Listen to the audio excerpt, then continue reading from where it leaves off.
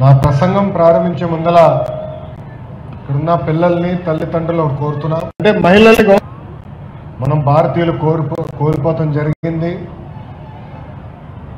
అందుకే నేను ఏ కార్యక్రమం ప్రారంభించినా వందే మాత్రం అన్న నినాదంతో నేను ప్రారంభిస్తాం జరుగుతుంది. నేను వందే అంటాను, మీరు మాత్రం అనాలని ఈ సభాముఖంగా కోరుతున్నా. వందే వందే వందే మాతరం. Thank you. వేదిక మీద ఉన్న మంత్రివర్యులు నారాయణ మాస్టర్ గారికి, గౌరవనీయులు ఫరూక్ గారికి, గౌరవనీయులు ఆనం రామనారాయణ రెడ్డి గారికి, member of parliament Vemireddy Prabhakar Reddy గారికి, నెల్లూరు రూరల్ ఎమ్మెల్యే కోటమిరెడ్డి శ్రీధర్ అన్నకి, కలెక్టర్ గారికి, ఈ సమావేశానికి ఇచ్చేసిన శాసన సభ్యులు, అధికారులు, ఉపాధ్యాయులు అందరికీ పేరు పేరున నా హృదయపూర్వక నమస్కారాలు. మాట నేర్పించేది అమ్మ, నడక నేర్పించేది అమ్మ, బాధ్యత కూడా నేర్పించేది అమ్మ, మన కోసం జీవితం మొత్తం త్యాగం చేసేది మన అమ్మ, భూమి కంటే ఎక్కువ భారం మోసేది మన అమ్మ. అందుకే తల్లికి వందనం పేరుతో తల్లి రుణం తీర్చుకునే దానికి ఈరోజు ఈ ప్రభుత్వం ముందరికెళ్తుందని ఈ సభాముఖంగా తల్లిదండ్రులందరూ తెలియజేస్తున్నాను. అంతేకాకుండా ఆలు నేర్పించేది ఉపాధ్యాయులు. ఉపాధ్యాయులకు ఒక స్వార్థం ఉంటుంది. ఆ స్వార్థం ఏంటంటే వాళ్ళ చదువు చెప్తున్న పిల్లలందరూ బాగా మార్కులు రావాలి, అన్ని ర్యాంకులు కొట్టాలన్న స్వార్థం వాళ్ళలో ఉంటుంది. అందుకే ఉపాధ్యాయులను ఎప్పుడు చూసినా మనకి దేవుడు గుర్తొస్తారు. అలాంటి ఉపాధ్యాయులందరికీ పేరు పేరున నా హృదయపూర్వక నమస్కారాలు తెలియజేసుకుంటున్నా. పెద్దలు ఇప్పుడే చెప్పారు, 1875లో విఆర్ హై స్కూల్ స్థాపించారు. దాదాపు 150 సంవత్సరాలు చరిత్ర ఉన్న పాఠశాల ఇది. నిజంగానే వీడియోలో చూస్తే ఈరోజు నేను ఆశ్చర్యపోయా. కరెక్ట్గా 6 నెలల ముందల పాఠశాల ఇలాంటి పరిస్థితుల్లో ఉండాలని ఈరోజు నాకు అర్థం అవ్వలే. పాఠశాల మొత్తం చూస్తే నిజంగానే అసూయపడ్డా. నారాయణ మాస్టర్ గారికి చెప్పా, నేను చదువుకున్న పాఠశాల కన్నా అద్భుతంగా ఈరోజు విఆర్ హై స్కూల్ని మీరు తీర్చిదిద్దడం జరిగింది. ఒక ఘన చరిత్ర ఉన్న విఆర్ హై స్కూల్ మంది. డాక్టర్ కె నారాయణ గారు అంటే honorary advisor and retired director for SHAR Sriharikota, మాజీ ముఖ్యమంత్రి వర్యులు డాక్టర్ బెజవాడ గోపాలకృష్ణ రెడ్డి గారు, ఎన్ జనార్దన్ రెడ్డి గారు, మాజీ ఉపరాష్ట్రపతి గారు వెంకయ్యనాయుడు గారు, ఏకంగా ఎస్పీ బాలసుబ్రహ్మణ్యం గారు, జీవీకే రెడ్డి గారు, ఇంకా వేదిక పైన ఉన్న నారాయణ గారు, మా పక్కనే నిలబడుతున్న సోమిరెడ్డి చంద్రమోహన్ రెడ్డి గారు, ఇంకా కోటమిరెడ్డి శ్రీధర్ రెడ్డి గారు, మాజీ chief justice P Chandrasekhar Reddy garu కూడా ఈ పాఠశాల నుంచే వచ్చిన వారు. కారులో వస్తుంటే నారాయణ గారు చెప్పారు, 6th క్లాస్ నుంచి 10th క్లాస్ వరకు నారాయణ మాస్టర్ గారు ఇదే పాఠశాలలో చదివారు.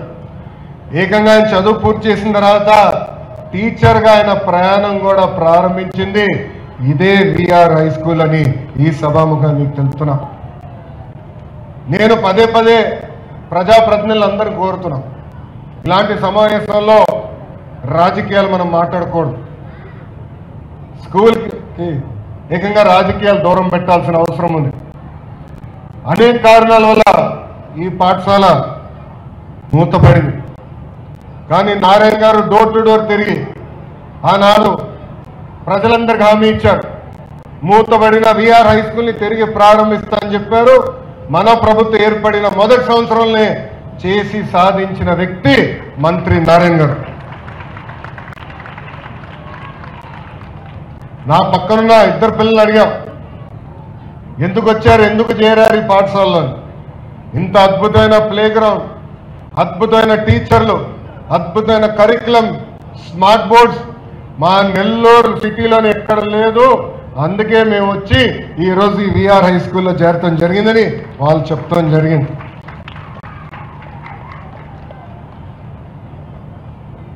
ఈ స్కూల్ గురించి కూడా చెప్పాలి. నారాయణ గారు పర్సనల్గా తీసుకున్నారు.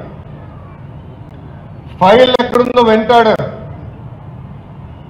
నాకు గుర్తున్నంత వరకు ఒకరోజు రాత్రి 10ంటికి ఫోన్ చేశారు. నాకు ఫోన్ చేసి ఫైల్ ఇప్పుడే నీ లాగిన్కి వచ్చింది, తొందరగా క్లియర్ చేయవా అన్నారు. చేస్తాను సార్ ఫోన్ పెట్టా. అంటే పొద్దున్న చేద్దాం అనుకున్నా. మళ్ళీ 30 నిమిషాల తర్వాత నారాయణ మాస్టర్ గారు ఫోన్ చేసి ఇంకా ఫైల్ క్లియర్ చేయలేదు, ఇప్పుడే క్లియర్ చేయండి అని నన్ను వెంటాడిన వ్యక్తి మంత్రి నారాయణ గారు. ఇది పిల్లలకి తల్లిదండ్రులు ఎందుకు చెప్తున్నాం అంటే, ఒక పట్టుదల క్రమశిక్షణతో ఏమైనా సాధించాలనుకుంటే అది సాధించే శక్తి మనలో ఉంటుంది. మనం 2014 నుంచి 19 వరకు చూసాం. నారాయణ మాస్టర్ గారు పట్టణాన్ని అద్భుతంగా అభివృద్ధి చేశారు. అనేక సంక్షేమ కార్యక్రమాలు కూడా ఆనాడు ముందలు తీసుకెళ్లారు. ఇచ్చిన ప్రతి హామీ నిలబెట్టుకో లక్ష్యంతో ఈరోజు ఆయన పనిచేస్తున్నారు. అందుకే ఎన్సిసి అంటే నాగార్జున కన్స్ట్రక్షన్ కంపెనీని తీసుకొచ్చి ఏకంగా వాళ్ళ సిఎస్ఆర్ ఫండ్స్ నుంచి దాదాపు 15 కోట్ల రూపాయలు ఈరోజు ఈ పాఠశాల అభివృద్ధి చేసేదానికి ఖర్చు పెడతాం కూడా జరిగింది. అంతేకాకుండా కమిట్మెంట్ చాలా అవసరం. ఏ పని చేసినా మంచి మనసుతో చేయాలి, ఒక పవిత్రమైన బాధ్యతగా తీసుకోవాలి. ఆ పవిత్రమైన బాధ్యత నారాయణ మాస్టర్ గారు తీసుకున్నారు. ఇది నేను ఎందుకు చెప్తున్నానంటే, ఆయన బిడ్డ శరణిని ఏకంగా ఇదే పాఠశాలకు పనిపెట్టి మిగతా స్కూల్స్ అని ఆగమ్మా, నారాయణలో వేరే స్కూల్స్నే పర్వాలేదు కానీ ఇది ఒక మోడల్ స్కూల్గా చేయాలి, మీరు చేయండి అని చెప్పి శరణి కూడా అహర్నిశలు ఇక్కడ నిలబడి రాత్రైన పర్వాలు నిలబడి ఒక మోడల్ స్కూల్ ఏర్పాటు చేసినందుకు ఆమె కూడా నా హృదయపూర్వక ధన్యవాదాలు నేను తెలుపుకుంటున్నా. ఒక డిజిటల్ క్లాస్ రూమ్ ఏమి, ఒక హైడ్రోఫోనిక్ సిస్టమ్ అంటే నీరుతో చెట్లు పెంచుతాం, పంట పండిస్తాం. పిల్లలకి మెరుగైన టెక్నాలజీ తెలియాలని బహుశా నాకు తెలిసినంత వరకు దక్షిణ భారతదేశంలోనే మొదటిదో రెండో పాఠశాల ఒక హైడ్రోఫోనిక్ సిస్టమ్ ఏర్పాటు చేస్తాం. అలాంటి అద్భుతమైన కార్యక్రమాలు మా చెల్లెమ్మ చేసింది. అంతేకాకుండా dance, music, drawing rooms, play ground చూశారు, రోబోటిక్ ల్యాబ్స్. వాస్తవంగా ఆంధ్ర రాష్ట్రంలో ఏ పాఠశాల లేని వసతులు ఈరోజు విఆర్ హై స్కూల్లో వాళ్ళు అందిస్తాం జరిగింది. ఒక మాటలో చెప్పాలంటే నేను అసూయ పడుతున్నా. మా మంగళగిరి నియోజకవర్గంలో కూడా నిడమరు పాఠశాలను నేను దత్తకు తీసుకున్నా. సో మాస్టర్ గారితో నేను పోటీ పడాలా ఈ రోజు నుంచి. అడ్మిషన్స్లో కానీ, మౌలిక సదుపాయాల్లో కానీ, కరికులంలో కానీ, రేపు రాబోయే రోజుల్లో రిజల్ట్స్లో కూడా మన మాస్టర్ గారితో పోటీ పడతాం. ఈరోజు గౌరవ ముఖ్యమంత్రి నారా చంద్రబాబు నాయుడు గారు P4 అని తీసుకొచ్చారు. P4 ఉద్దేశం ఒకటే, సంక్షేమ కార్యక్రమాలతో పాటు సమాజంలో ధనవంతులు ఎవరైతే ఉన్నారో వాళ్ళు నిరుపేద కుటుంబాలని దత్తకు తీసుకుని వాళ్ళని శాశ్వతంగా పేదరికం నుంచి బయటికి ఎట్టే తీసుకురావాల లక్ష్యంతో వాళ్ళందరూ పనిచేయాల్సిన అవసరం ఉంది. విద్య అవ్వచ్చు, ఉపాధి అవకాశాలు అవ్వచ్చు, స్వయం ఉపాధి మోడల్స్ అవ్వచ్చు.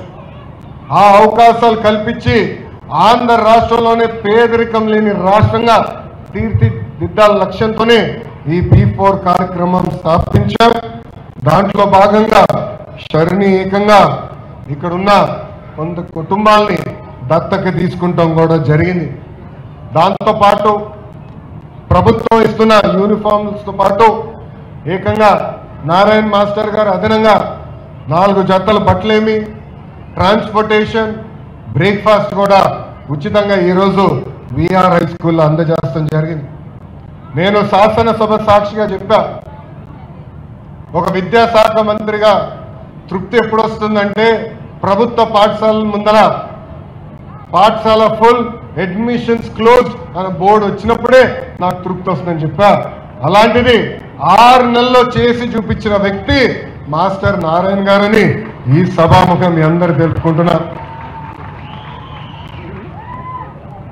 ఈ స్కూల్ ఏర్పాటు చేస్తున్నప్పుడు ఇద్దరు పిల్లలు పెంచలయ్య వెంకటేశ్వర్లు నిరుపేద కుటుంబాల నుంచి వచ్చిన ఈ ఇద్దరు పిల్లలు బాగా చదవాలని అనుకుంటున్నాం, మాకు అవకాశం లేదని ఇక్కడ కలెక్టర్ గారు వచ్చినప్పుడు కలుస్తాం జరిగింది. ఆ ఇద్దరు పిల్లల్ని నేను వ్యక్తిగతంగా దత్తత తీసుకుని కేవలం హై స్కూలే కాదు ఉన్నత విద్య కూడా అందించే బాధ్యత నేను తీసుకుంటానని ఈ సభాముఖంగా నేను హామీ ఇస్తున్నా. కూర్చుంటారా? పైన కూర్చోరా, నచ్చిన కూర్చోండి. ఇక్కడున్న పిల్లలందరినీ నేను ఒక విషయం కోరాలనుకుంటున్నా. జీవితంలో మనం ఛాలెంజ్ స్వీకరించాలి. అందరూ ఒక మార్గం ఎంచుకుంటారు, కానీ మనం ట్రెండ్ సెటర్స్ గా మారాలి. ఇక్కడ ఉదాహరణగా రెండు ఇస్తాను నా జీవిత ప్రయాణంలో. మొదటిది 2019లో నేను మంగళగిరి నియోజకవర్గంలో పోటీ చేశా. అది తెలుగుదేశం పార్టీ 1980 తర్వాత గెలవని నియోజకవర్గం. ఒక పట్టుదలతో చరిత్ర తిరిగి లక్ష్యంతో నేను పోటీ చేశా, ఓడిపోయా. ఓడిపోయిన రోజు బాధ కలిగింది, కానీ రెండో రోజు నుంచి ఆ బాధ నాలో కసి పెంచింది, పట్టుదల పెంచింది. మళ్ళీ ఇక్కడనే పోటీ చేయాలా, ఇక్కడనే గెలవాల లక్ష్యంతో 5 సంవత్సరాలు కష్టపడ్డా. ఆ 5 సంవత్సరాల కష్ట ఫలితం ఆంధ్ర రాష్ట్ర చరిత్రలోనే ఎప్పుడు రాని మెజారిటీ మొన్న నాకు ప్రజలు ఇచ్చి శాసనసభకు పంపించారు. రెండోది, నేను విద్యాశాఖ మంత్రి అవుతాం. గతంలో పంచాయతీరాజ్ గ్రామీణాభివృద్ధి శాఖ చేశా, కానీ ఈసారి విద్యాశాఖ మంత్రి అవ్వాలని నేను కోరా. అది టీవీలో వచ్చినప్పుడు చాలా మంది సీనియర్ల దగ్గర నుంచి జూనియర్ల వరకు అందరు నాకు ఫోన్ చేసి, అంత కఠినమైన శాఖ నీకు అవసరమా? సంఘాలు ఉంటాయి, మధ్యాహ్న భోజనం పథకం ఉంటుంది, స్కూల్ కిట్లు ఉంటాయి, ఇది చాలా కష్టమైన శాఖ, ఇది మీకు అవసరమా అని అడిగారు. అప్పుడు వాళ్ళందరికీ ఒకటే చెప్పా, ఛాలెంజ్ అంటే నాకు ఇష్టం. విద్యాశాఖని మార్చగలిగితే ఏ శాఖనైనా మనం మార్చగలుగుతాం. అందుకే విద్యాశాఖ మంత్రిగా నేను వస్తున్నాను. పిల్లల భవిష్యత్తు, మీ పిల్లల భవిష్యత్తు తీర్చిదిద్దేదానికే నేను విద్యాశాఖ మంత్రి అయ్యానని ఈ సభాముఖంగా తల్లిదండ్రులందరికీ నేను తెలియజేస్తున్నాను. ఇది నేను ఒక పవిత్రమైన బాధ్యతగా స్వీకరిస్తున్నా. ఫస్ట్ గ్రేడ్ నుంచి స్కిల్ డెవలప్మెంట్ వరకు నా కింద ఉంది. కేజీ నుంచి పీజీ వరకు ఈరోజు కరికులంని మేము బలోపేతం చేస్తున్నాం. మీరే చూశారు, ప్రైవేట్ పాఠశాలకు ధీటుగా మీ పిల్లలకి ఈరోజు యూనిఫామ్ ఇచ్చాం. పిల్లలకి ఇచ్చిన బ్యాగులు మీరు చూస్తారు, పుస్తకాలు మీరు చూస్తారు, ఏకంగా వర్క్ బుక్స్ కూడా మేము మీ పిల్లలకి అందజేస్తాం జరిగింది. యూనిఫామ్ కానీ షూస్ వరకు కూడా ప్రతిదీ చూసి ఈరోజు మీ పిల్లలకి మేము అందజేశాం. ఇంతేకాదు, ప్రతి సంవత్సరం 2 సార్లు తల్లిదండ్రులు ఉపాధ్యాయులు పిల్లల గురించి మాట్లాడుకోవాలి. ఈ నెల జూలై 10న మొదటి మెగా పేరెంట్ టీచర్ మీటింగ్ జరగబోతుంది. మళ్ళీ తిరిగి డిసెంబర్లో కూడా పెడతాం. అంటే మీ పిల్లలు ఏం చదువుతున్నారు, ఎంతవరకు చదివారు, ఎక్కడ వెనుకబడి ఉన్నారో నేరుగా మీ తల్లిదండ్రులు తెలియజేసేదానికే ఈరోజు ఈ మెగా పేరెంట్ టీచర్ మీటింగ్ కూడా మన ప్రభుత్వం ఏర్పాటు చేసింది. ఇక్కడితో వదిలిపెట్టాం. పిల్లలకి టెక్నాలజీతో జోడించాలి, మెరుగైన టెక్నాలజీ అందించాలి, ప్రపంచంలో జరుగుతున్న మార్పులు తెలియజేయాలి లక్ష్యంతో కంప్యూటర్ ల్యాబ్లు కూడా ఏర్పాటు చేసే దిశగా మన ప్రభుత్వం పనిచేస్తుంది. మీ అందరూ తెలుసు, మధ్యాహ్న భోజనంలో కూడా గౌరవ ముఖ్యమంత్రి గారు ఈ సంవత్సరం నుంచి సన్న బియ్యం ప్రవేశపెట్టారు. దాని వెనకాల ఒక కారణం ఉంది. గతంలో డిసెంబర్ మాసంలో పేరెంట్ టీచర్ మీటింగ్ జరిగింది. జనరల్గా ముఖ్యమంత్రి గారు పాఠశాలలకు వస్తున్నారంటే చాలా చర్చ జరుగుతుంది. నాకు ఫోన్ చేశారు అధికారులు, ఫోన్ చేసి గౌరవ ముఖ్యమంత్రి గారు ఇక్కడనే భోంచేస్తారు, ఏం పెట్టాలని అడిగారు. అప్పుడు వాళ్ళు ఒకటే చెప్పా, పిల్లలకి రోజు ఏ భోజనం పెడుతున్నామో అదే భోజనం గౌరవ ముఖ్యమంత్రి గారికి మనం పెడదామని చెప్తారు.